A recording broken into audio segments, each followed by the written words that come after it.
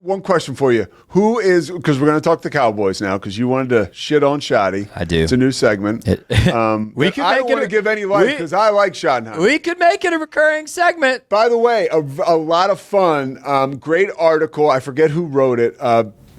In the Dallas Morning News, it went over Scotty versus Scotty. That's good. It went over all of Brian Schottenheimer's tattoos and what they mean. I find those stories so interesting. Dude, that's where he and I could relate. There you go. Read that story. Anybody know? This is my daughter. That's Marigold right there. Yeah. That's my best one. Yeah. I'm getting a new one in August. Read that story. I mean, it's almost like you had to do the story on him because he's got like tattoos like here and stuff. Like to the point where it's like... It's very normalized now, is he in a gang or is he a football coach? No, it's very normalized now. I have a funny story about that. You got 2 minutes for that? Yeah. And then I want to talk about Schottenheimer. Tattoo story. So my mom was very anti-tattoos my whole life. I don't have time to get in. I have a long version of the story. I'll give you the brief version. Very anti-tattoo.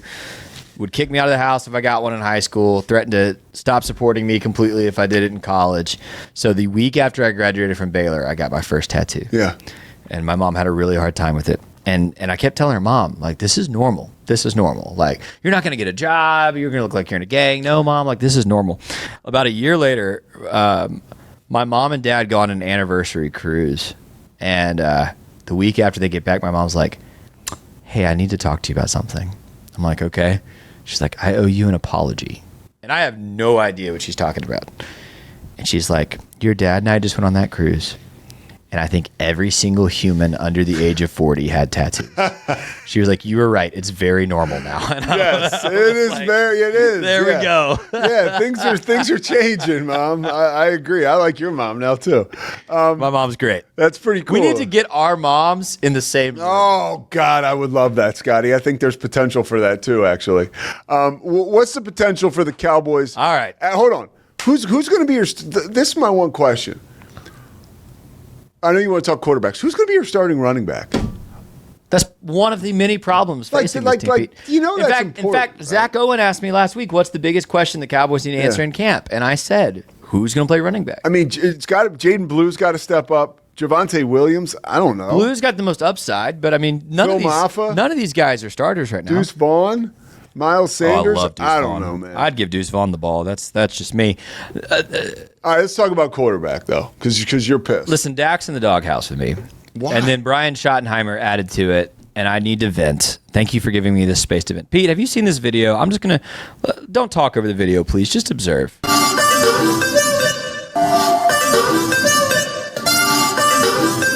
What are we doing?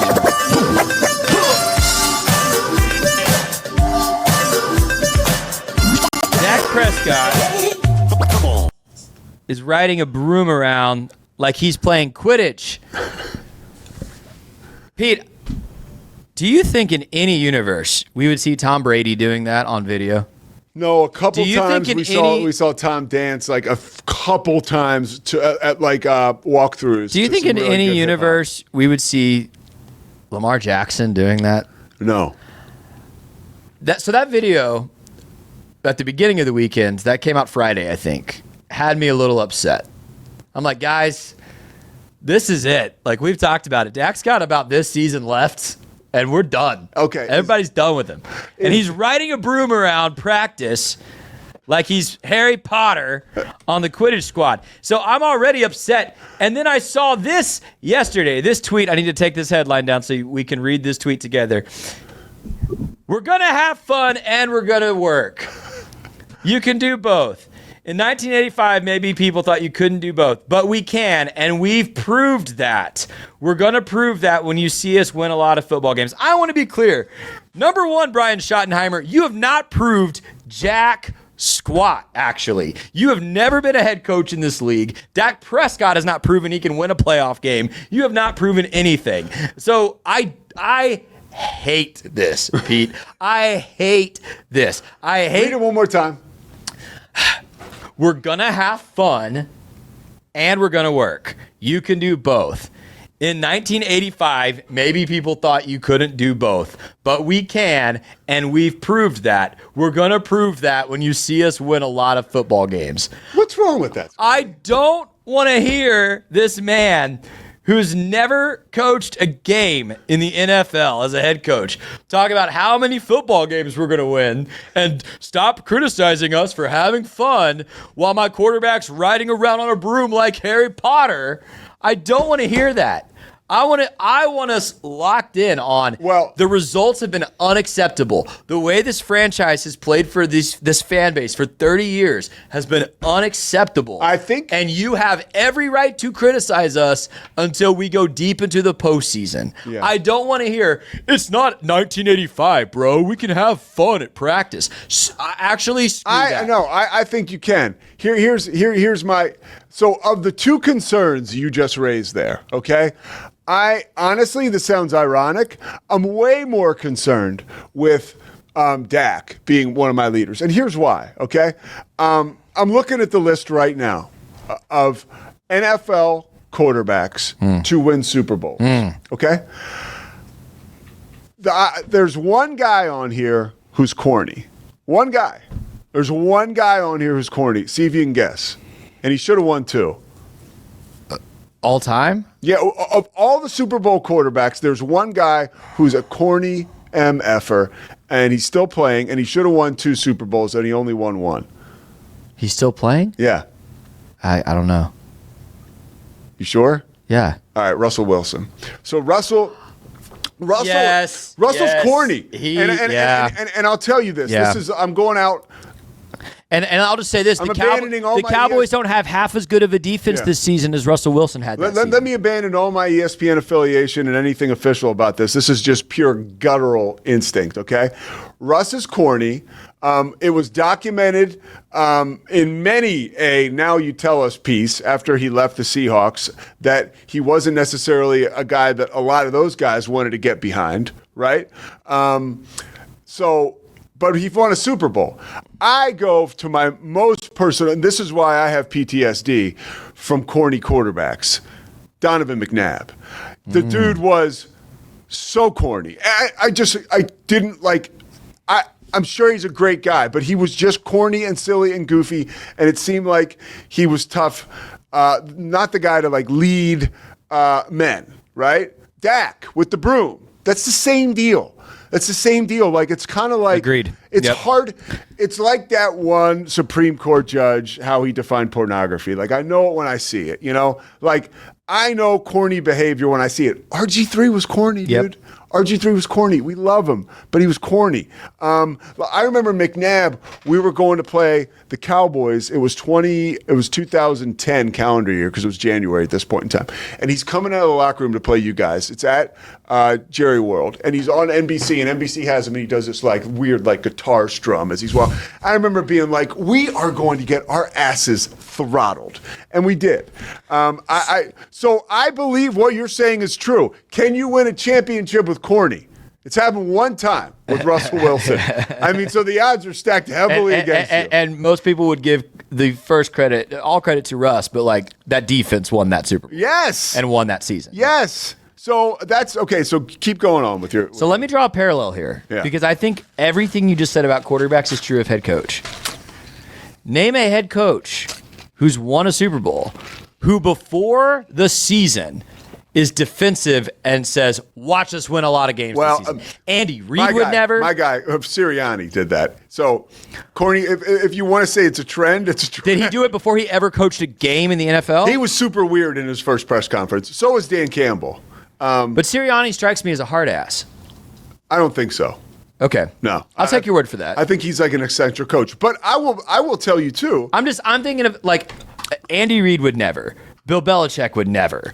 I mean. Yeah, but you can be kind of corny and win maybe there's a reason. Okay, but maybe there's a reason John Harbaugh has won a Super Bowl and Jim Harbaugh hasn't. I don't want Brian Schottenheimer like, hey, don't worry about it. We're having fun at practice. We're going to win. Bro, you are in a division with 2 of maybe the best 4 teams in football this season. I don't want to hear about we're going to win a lot of football games while your quarterback's riding around like Harry Potter. Yeah, drives me crazy. You're right. I'm looking now. Corny coaches to win Super Bowls. Okay, I will tell you right now. Looking at this list, right? I think I can say Hank Stram was a little corny, but whatever. I think Barry Switzer for sure, a little corny. Yeah, but let's talk about Switzer. let's talk about one of the most controversial figures in Cowboys history in terms of how much credit for success do we Guy give won a Super this Bowl. guy. Sirianni, corny, but that's I think I could have coached the triplets to a Super Bowl that year, but go on. He won the Super Bowl, guy. Yeah, I think Zach Burke also could have coached that team to a Super Bowl. Whatever. I think you could have coached that team to a Super Bowl. No, I couldn't have. It's not that easy. All right. So, anything else on this Cowboys thing? Emmett Smith made it look pretty easy. No, thanks for letting me vent. I literally reposted that Brian Schottenheimer quote with a tweet of my own that said, "We're going 4-13 this year, aren't we?" Like I listen. Some people have earned the right to talk like that to the media and to say, "You don't know what you're talking about. Get out of here. We're winners." Schottenheimer has not earned that, and Dak has not earned that. They have not. I think that I don't appreciate. You know who earned that? Jalen Hurts has earned that now. I don't appreciate how you totally throw out Schottenheimer's years of experience as an assistant and also his affiliation to his father, who was an amazing head coach. That doesn't mean anything. That he's a good head coach. Yeah, it does. He, in the same respect that Patrick Mahomes was around it from his dad, or Steph Curry was around it through his dad. Like, I think there's an exposure to the limelight and these situations. For every player or coach who's great because their dad was, there's 10 who aren't. Yeah. All right. I mean, we're still trying to figure out which Bronny is. And Bronny's a lot better than any of Michael Jordan's kids were. Yeah, well, they never even tried. Okay, so I'm just saying, for every just because your dad's great doesn't mean you're great at it. Zach Burke, everybody. I mean, That again, Hogan interview was incredible. Listen, I said this when we hired him. No other teams were talking to him about being a head coach. Why is that? There's a reason. Yeah, look. If he was that hot of a candidate, other teams would have been trying to interview him. We can litigate this all we want. He's the head coach of the Cowboys, And I'm not happy. and I understand that and as a fan and as a paying customer, you are more than inclined to be pissed about that.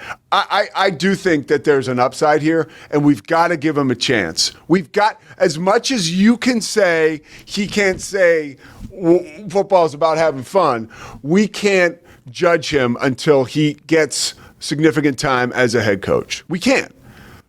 If next year, if it's a clown show this year and next year he's clowning around again, then we'll have a body of work where we can kind of give him shit, and then maybe he'll turn it around again. So I guess we have opposite philosophies. I don't think you should talk smack like this until you've proven it. Oh, I think sometimes you fake. I think sometimes you fake it till you make it. Prove it to me first. I think sometimes you fake it till you make it.